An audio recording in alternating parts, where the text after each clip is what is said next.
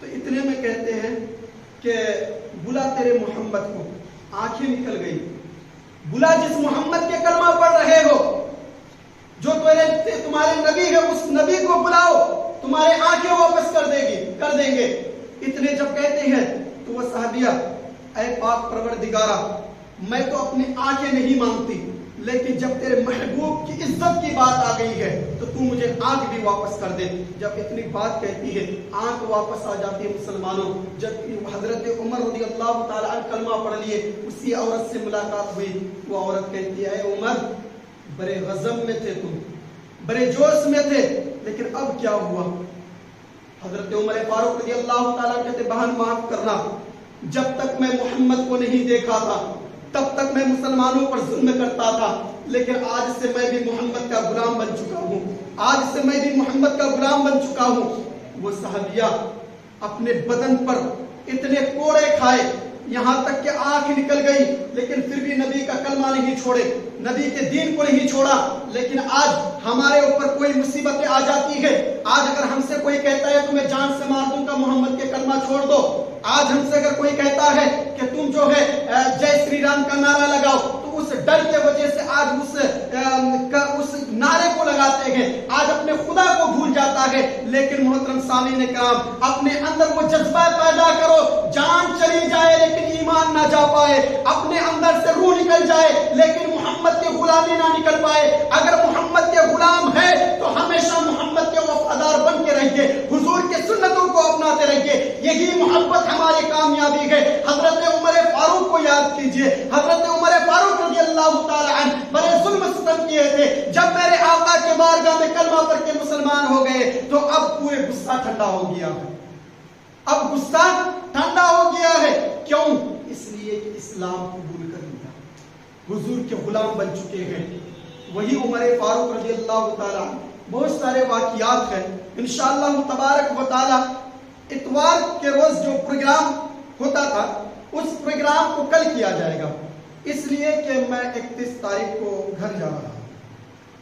تو آپ لوگ سے پرخلوص گزارش ہے کہ آپ لوگ کل مغرب کے بعد آئے اور حضرت عمر فاروق رضی اللہ تعالیٰ عنہ کے کچھ ذکر و اذکار سے اپنے دل و دماغ کو، ایمان کو تازہ کر لیں اور اپنے اندر جو ہے وہ جذبہ پیدا کریں، مرتے دم تک حضور کے غلامی میں رہیں گے اور مرنے سے پہلے کبھی اس غلامی سے بہکیں گے نہیں۔ تو اللہ تبارک و تعالیٰ کے فضل و کرم سے جو ہے ہم مسلمان ہیں، بڑی آسانی سے مسلمان بن گئے ہیں۔ اس وقت کے مسلمانوں کی زندگی کو یاد کیجئے، اس وقت جو مسلمان تھے وہ پیڑ کے پتے کو کھا کر کے اپنی زندگی گزارتے تھے، یہاں تک کہ اس کے کھانا پانی سب بند تھا، سوچیے، لیکن پھر بھی دین کو کبھی نہیں چھوڑا۔ لیکن آج ہمارے اوپر تکلیفیں آ جاتی ہیں، ہم چھوڑنے کے لیے تیار ہو جاتے ہیں۔ تو اس دنیاوی کو مت دیکھیے، اگر ایمان کے ساتھ مر گئے نا، اس سے بڑی کوئی دولت نہیں ہے۔ محترم سامعین کرام، آج کا بیان بس میں آپ لوگوں کے سامنے یہی تک رکھتا ہوں، انشاءاللہ تبارک و تعالی اس سے آگے جو ہے واقعات آپ لوگوں کے سامنے کل بیان کیا جائے گا۔